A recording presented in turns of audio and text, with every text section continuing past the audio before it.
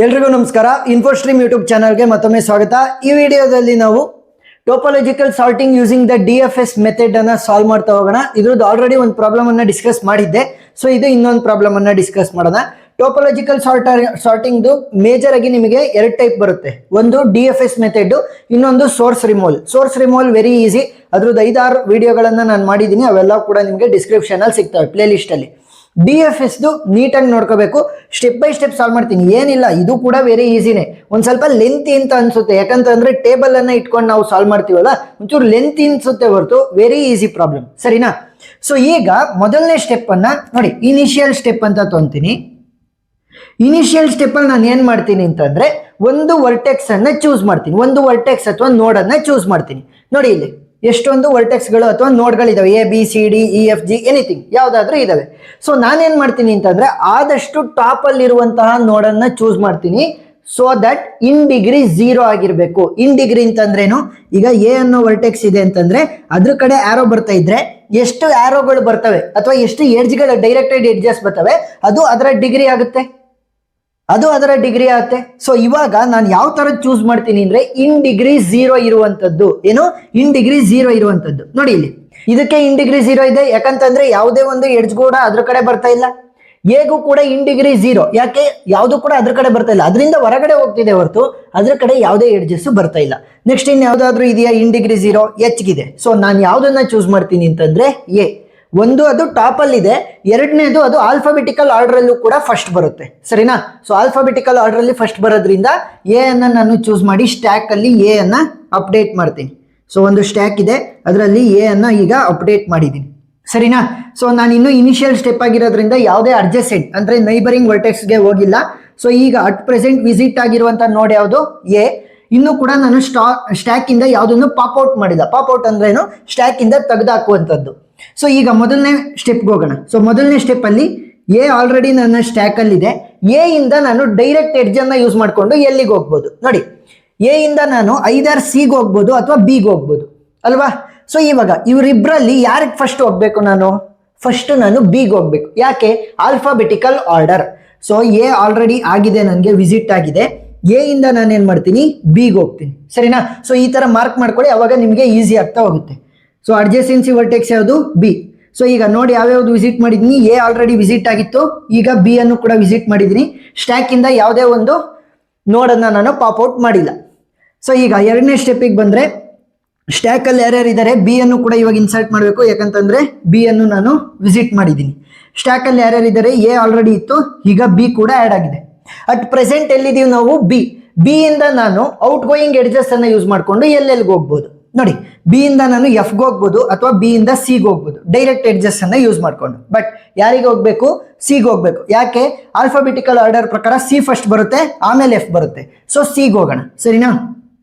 So C ಅನ್ನ stack ಅಲ್ಲಿ update ಮಾಡ್ತೀನಿ. Cಗೆ ಹೋಗಿದ್ದೀನಿ. ನೋಡ್ ವಿಸಿಟೆಡ್ ಯಾವುದು? A, B, C.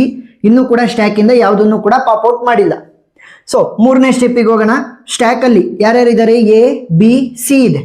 At present ನಾವು C ಅಲ್ಲಿ ಇದೀವಿ. C ಇಂದ ಔಟ್ ಗೋಯಿಂಗ್ ಎಡ್ಜಸ್ ಅನ್ನ ಯೂಸ್ ಮಾಡ್ಕೊಂಡು ಎಲ್ಲೆಲ್ಲಿಗೆ ಹೋಗ್ಬೋದು? ನೋಡಿ, Cಗೆ ಇನ್ಕಮಿಂಗ್ ಆರೋಗಳಿದಾವೆ ಹೊರತು ಔಟ್ ಗೋಯಿಂಗ್ ಆರೋಗಳು ಇಲ್ಲ, ಅಂತಂದ್ರೆ ಔಟ್ ಗೋಯಿಂಗ್ ಎಡ್ಜಸ್ ಇಲ್ಲ. ಸೊ ನಾನು C ಇಂದ ಎಲ್ಗೂ ಕೂಡ ಹೋಗಕ್ಕಾಗಲ್ಲ.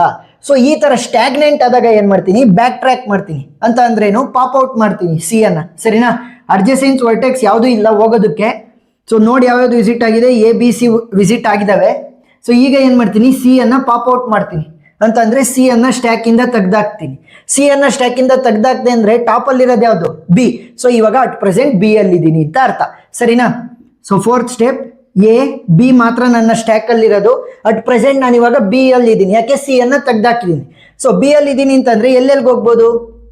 ಕೇವಲ ಒಂದೇ ಒಂದು ಉಳ್ಕೊಂಡಿರೋದು, ವಿಸಿಟ್ ಆಗಿರೋದಕ್ಕೆ ಹೋಗ್ಬಾರ್ದು. ವಿಸಿಟ್ ಆಗ್ದಲ್ಲೇ ಇರೋದು ಯಾವುದು? F. ಸೊ B ಇಂದ ನಾನು Fಗೆ ಹೋಗ್ಬೋದು. ಯಾವ್ಯಾವ ವಿಸಿಟ್ ಆಗಿದಾವೆ? A, B, C, F. ಯಾವ್ಯಾವ ವಿಸಿಟ್ ಆಗಿದಾವೆ ಅಂತ ನೀವು ಬರೀತಾ ಹೋಗಿ ಅಷ್ಟೇ. ಸೊ ಇವಾಗ ಯಾವುದನ್ನು ಕೂಡ ನಾನು ಪಾಪ್ಔಟ್ ಮಾಡಿಲ್ಲ ಈ ಒಂದು ಸ್ಟೆಪ್ ಅಲ್ಲಿ. ಸೊ F ನನಗೆ ಸ್ಟ್ಯಾಕ್ ಅಲ್ಲಿ ಅಪ್ಡೇಟ್ ಆಗಿರುತ್ತೆ. Fifth step, A, B, F ಇದಾವೆ ನನ್ನ ಸ್ಟ್ಯಾಕ್ ಅಲ್ಲಿ. F ಇಂದ ನಾನು ಎಲ್ಲೆಲ್ಲಿಗೆ ಹೋಗ್ಬೋದು? Using the outgoing edges. ಕೇವಲ ಒಂದೇ ಒಂದು ಔಟ್ ಗೋಯಿಂಗ್ ಎಡ್ಜ್ ಇರೋದು. So I can go to G, ಸರಿನಾ? F ಇಂದ ನಾನು ಅಡ್ಜಸೆನ್ಸಿ ವರ್ಟೆಕ್ಸ್ Gಗೆ ಹೋಗ್ತೀನಿ. ಈಗ A, B, C, F, G ಇಷ್ಟು ನನಗೆ ಟ್ರಾವರ್ಸ್ ಆಗಿದ್ದಾವೆ. ನಾನು ಯಾವುದನ್ನು ಕೂಡ ಈ ಒಂದು ಸ್ಟೆಪ್ ಅಲ್ಲಿ ಪಾಪ್ ಔಟ್ ಮಾಡಿಲ್ಲ. ಸೊ ಅಟ್ ಪ್ರೆಸೆಂಟ್ ನಾನು ಇವಾಗ ಜಿ ಅಲ್ಲಿ ಇದ್ದೀನಿ. ನೋಡಿ, ಜಿ ಇಂದ ನಾನು ಎಲ್ಲಿಗಾದ್ರೂ ಹೋಗ್ಬೋದಾ? ಹೋಗಕ್ ಆಗಲ್ಲ. ಯಾಕೆ? ಔಟ್ ಗೋಯಿಂಗ್ ಎಡ್ಜೇ ಇಲ್ಲ ಜಿಗೆ, ಕೇವಲ ಇನ್ಕಮಿಂಗ್ ಇದೆ ಹೊರತು ಔಟ್ ಗೋಯಿಂಗ್ ಎಡ್ಜಸ್ ಇಲ್ಲ. ಸೊ ಏನ್ ಮಾಡಬೇಕು? ಪಾಪ್ ಔಟ್ ಮಾಡಬೇಕು. ಸೊ 6th ಸ್ಟೆಪ್ ಅಲ್ಲಿ ಎ ಬಿ ಎಫ್ ಮತ್ತೆ ಜಿ ವಿಸಿಟ್ ಆಯ್ತವಲ್ಲ, ಅವೆಲ್ಲವೂ ಕೂಡ ನಮ್ಗೆ ಏನಾಗಿದ್ದಾವೆ?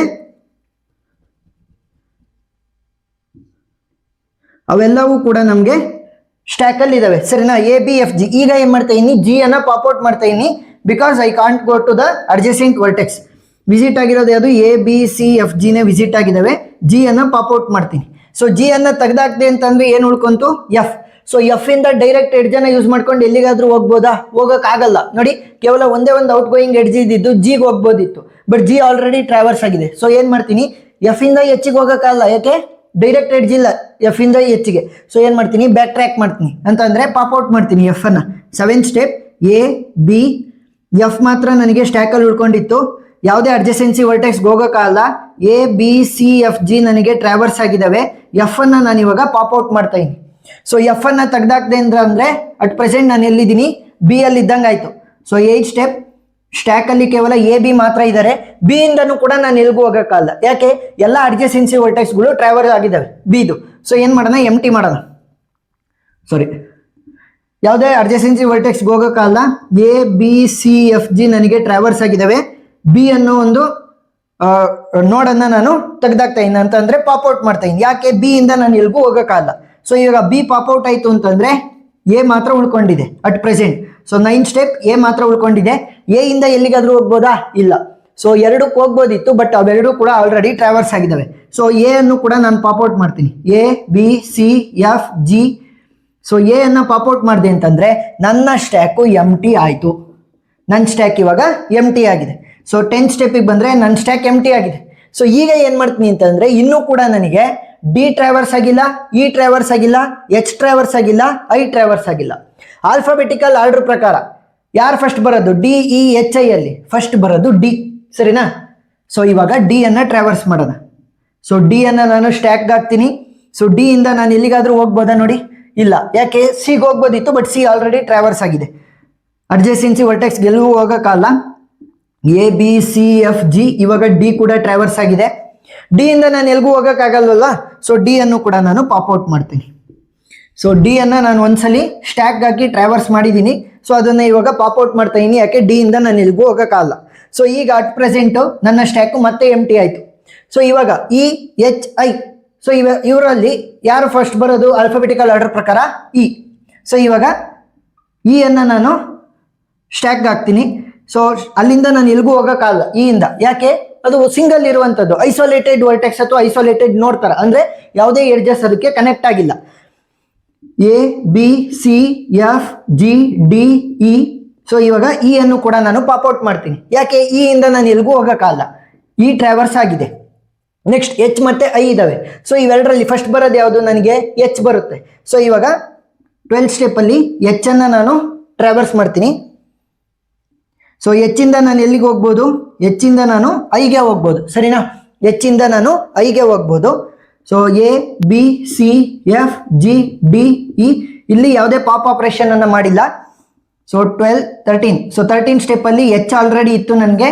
ಸೊ ಅದರ ಅಡ್ಜಸೆನ್ಸಿ ವರ್ಟೆಕ್ಸ್ ಐ ಕೂಡ ಬಂದು ಸೇರ್ಕೊಂಡಿದೆ. ಸೊ ಇವಾಗ ಐ ಇಂದ ನಾನು ಎಲ್ಲಿಗಾರ ಹೋಗ್ಬೋದಾ? ಎಚ್ ಆಲ್ರೆಡಿ ಟ್ರಾವರ್ಸ್ ಆಗಿದೆ. ಇವಾಗ ಐ ಕೂಡ ನನಗೆ ಟ್ರಾವರ್ಸ್ ಆಯ್ತು. ಸೊ ಐ ಇಂದ ನಾನು ಎಲ್ಗೂ ಹೋಗಕ್ಕಾಗಲ್ಲ. ಯಾಕೆ?